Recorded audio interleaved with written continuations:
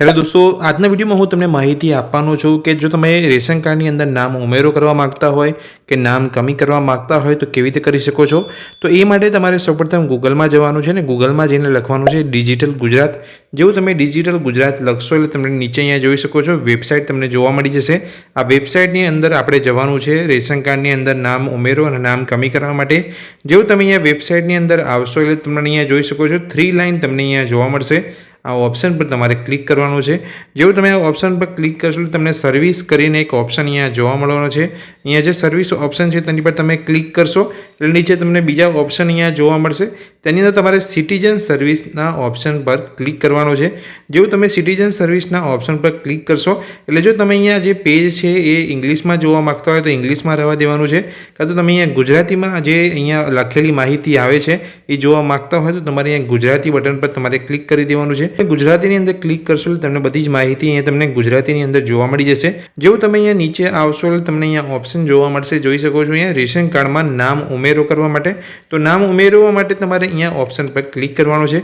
જે તમે એ ઓપ્શન પર જેવું તમે અહીંયા ક્લિક કરશો એટલે અહીંયા બધી જ માહિતી ગુજરાતીમાં આપેલી છે। અહીં તમે જોઈ શકો છો કે તમે આ ફોર્મ ફાઇલ માટે ઓનલાઈન અરજી પર બટન પર ક્લિક કરો અથવા ફોર્મ ઓફલાઈન ભરવા માટે ફોર્મ ડાઉનલોડ કરી શકો છો।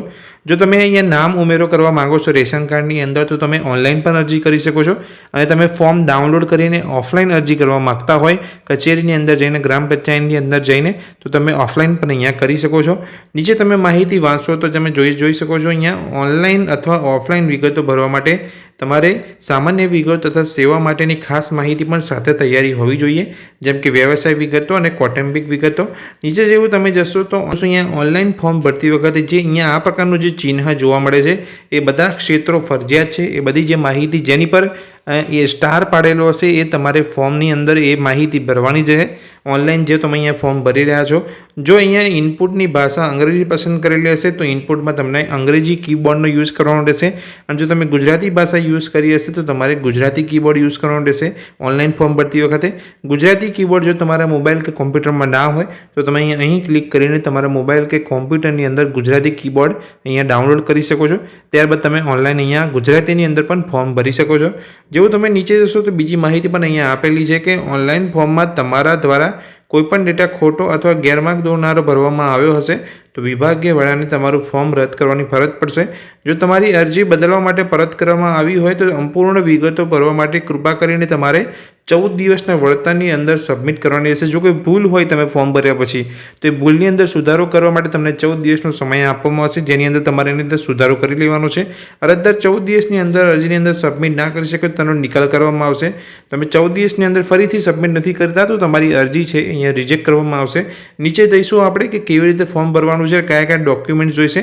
તો you need to attach the following documents well applying for a service passport size photo. અહીંયા પાસપોર્ટ સાઇઝ તમારો ફોટો જોઈશે, અને નીચે જે દસ્તાવેજો આપેલા છે જે ડોક્યુમેન્ટ્સની માગણી કરવામાં આવી છે એ જો તમે ઓનલાઈન કરતા હોય અહીંયા નામ ઉમેરવા માટે અરજી અને કાં તો નામ કમી કરવા માગતા હોય તો તમારે કયા કયા ડોક્યુમેન્ટ્સ જોઈશે એ પણ નીચે આપેલું છે।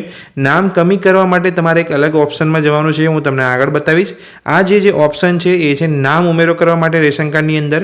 તો નીચે જોશો તો જે ડોક્યુમેન્ટ્સ છે અહીંયા રહેઠાણના પુરાવાની અંદર રેસિડન્સ પ્રૂફ એટલે કે રહેઠાણના પુરાવાની અંદર કોઈ પણ એક ડોક્યુમેન્ટ્સ અહીંયા જે નીચે આપેલા છે તેની અંદરથી તમે કોઈ પણ એક ડોક્યુમેન્ટને તમારે સબમિટ કરાવવાનું છે, ઓફલાઈન કરાવો કે તમે ઓનલાઈન કરાવો તેની અંદર।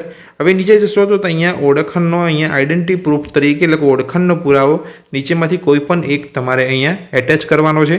જેવું તમે આગળ નીચે જશો તો જે ફરજિયાત દસ્તાવેજ છે તેની અંદર તમે જોઈ શકો છો તમારું મૂળ રેશન કાર્ડ જે છે જેની અંદર તમે નામ ઉમેરો કરાવવા માંગો છો એ રેશન કાર્ડ પણ તમારે અહીંયા એટેચ કરવાનું છે, જેની કોપી હોવી જોઈએ।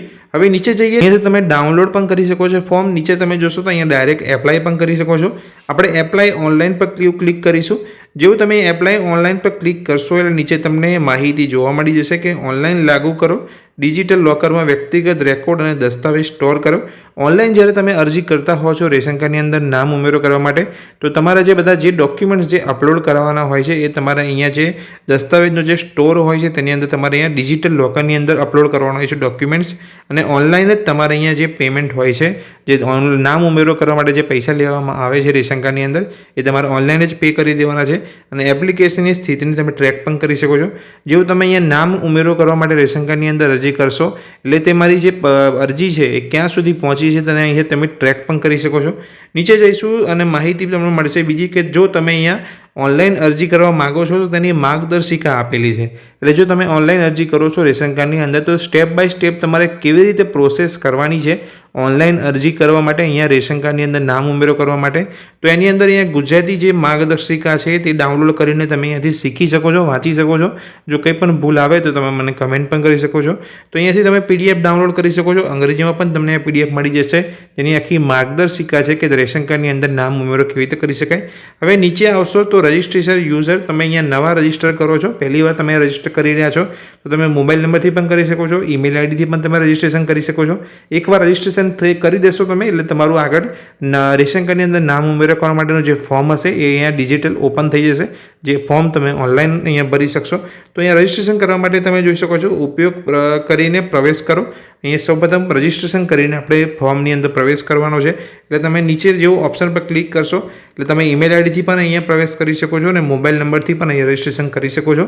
તો દોસ્તો અહીંયા જે પણ તમે ઓપ્શનથી કરવા માગતા હોય રજિસ્ટ્રેશન એ કરી શકો છો. અને આગળ તમે અહીંયાથી પ્રવેશ કરો પર જો ક્લિક કરશો એટલે તમારું જે રેશન કાર્ડની અંદર જે તમે નામ ઉમેરો કરવા માગો છો તેનું ફોર્મ આખું ઓપન થઈ જશે અને સ્ટેપ બાય સ્ટેપ તમે પ્રોસેસ કરશો અને તમારું એક ડિજિટલ લોકર આવશે જેની અંદર તમારે ડોક્યુમેન્ટ જે માગવામાં મેં તમને આગળ બતાવ્યા જે ફરજિયાત છે રેસિડન્સ પ્રૂફ છે, રહેઠાણનું પ્રૂફ અને ઓળખાણનો જે પુરાવો છે તમારે અપલોડ કરવાનો રહેશે અને તમે અહીંથી ઓનલાઈન અરજી કરી શકશો. ઓનલાઈન અરજી કરવામાં જો કંઈ તમે અટકી જાઓ તો તમને અહીંયા માર્ગદર્શિકા આપેલી છે, અહીંયાથી તમે ડાઉનલોડ કરી શકો છો. હવે રેશન કાર્ડની અંદરથી જો તમે નામ કમી કરવા માગતા હોય એટલે નામ કઢાવવા માગતા હોય તો તમારે ક્યાં જવાનું છે? હવે આ જ વેબસાઇટ પર તમારે અહીંયાથી પાછું જવાનું છે. જેવું તમે આ વેબસાઇટની અંદર પાછા જશો, નીચે જશો, તમને અહીંયા રેશન કાર્ડની અંદરથી નામ કમી કરવા માટેનો પણ તમને ઓપ્શન મળી જશે. જોઈ શકો છો તમે રેશન કાર્ડમાંથી નામ કમી કરવા બાબતે કોઈનું લગ્ન થયું છે તો રેશન કાર્ડની અંદરથી તમારે કઢાવવા માગતા હોય, કાં તો કોઈ મૃત્યુ થયું છે તો રેશન કાર્ડની અંદરથી નામ કમી કરવા માગતા હોય તો આ ઓપ્શન તમારે સિલેક્ટ કરવાનો છે. જેવું તમે આ ઓપ્શન સિલેક્ટ કરશો એટલે અહીંયા તમને ઓનલાઈન કેવી રીતે અરજી કરવાની છે એ તમામ માહિતી આપેલી છે. આપણે અહીંયા ગુજરાતી કરી દઈશું, ઇંગ્લિશ થઈ ગયું છે તો અહીંયા તમામ માહિતી તમે જોઈ શકો છો. જેમ મેં તમને નામ ઉમેરો કરવા માટેની જે માહિતી તમને સમજાવી એ જ પ્રકારની બધી જ માહિતી તમને અહીંયા મળી જશે. અને નીચે જશું તો કયા કયા પુરાવા તમારે અહીંયા એટેચ કરવાના છે ઓનલાઈન પાસપોર્ટ ફોટા સાથે એ તમામ માહિતી તમે જોઈ શકો છો. રહેઠાણના પુરાવામાંથી કયો પુરાવો તમારે અહીંયા નામ કમી કરવા માટે જોઈશે, નામ ઉમેરવા માટે રહેઠાણના પુરાવાના અલગ અલગ લિસ્ટ છે. અહીંયા નામ કમી કરવા માટેનું પણ અહીંયા લિસ્ટ આપેલું છે કે કયા કયા ડોક્યુમેન્ટ્સ તમારે ઓનલાઈન અપલોડ કરવાના છે. નીચે તમે જોઈ શકો છો ફરજિયાત દસ્તાવેજની અંદર તમારું અહીંયા મૂળ રેશન કાર્ડ તો હોવું જ જોઈએ. નીચે તમે આગળ જશો તો અહીંયા ફોર્મ પણ આપેલું છે, અહીંયાથી તમે ઓફલાઈન પણ ડાઉનલોડ કરીને ફોર્મને પછી તમે અપલોડ પણ કરી શકો છો. અહીંયાથી તમે ઓનલાઈન પણ એપ્લાય કરી શકો છો. ઓનલાઈન એપ્લાય કરશો તો મેં તમને આગળ એમ બતાવ્યું કે અહીંયા માર્ગદર્શિકા આપેલી છે. જો તમે નામ કમી કરવાની જે અહીંયા જે સ્ટેપ બાય સ્ટેપ પ્રોસેસ છે એ તમે જો જે PDFની અંદર માર્ગદર્શિકા ડાઉનલોડ કરવા માગતા હોય તો એ પણ અહીંયા આપેલી છે. અહીંયાથી ડાઉનલોડ કરીને તમે શીખી શકો છો કેવી રીતે તમારે ઓનલાઈન અહીંયા તમારા રેશન કાર્ડમાંથી નામ કમી કરાવવાનું છે અને તમે બધી જ માહિતી આ PDFની અંદર મળી જશે.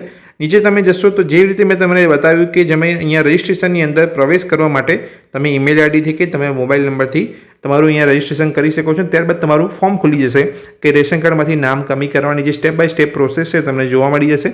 તો દોસ્તો આ વિડીયોની અંદર મેં તમને માહિતી આપી કે રેશન કાર્ડની અંદર જો તમે નામ ઉમેરવા માગો છો કે નામ કમી કરવા માગો છો તો તમારે કઈ વેબસાઇટ પર જવાનું છે અને વેબસાઇટ પર જઈને તમારે કઈ રીતની પ્રોસેસ તમારે કરવાની છે. જો તમે ક્યાં પણ અટકો છો તો મને કમેન્ટ બોક્સની અંદર કમેન્ટ કરી શકો છો. જો ચેનલ પર નવા છો તો ચેનલને સબસ્ક્રાઇબ કરી લેજો અને વિડીયો ગમ્યો હોય તો વિડીયોને લાઇક કરવાનું ભૂલતા નહીં. Thank you.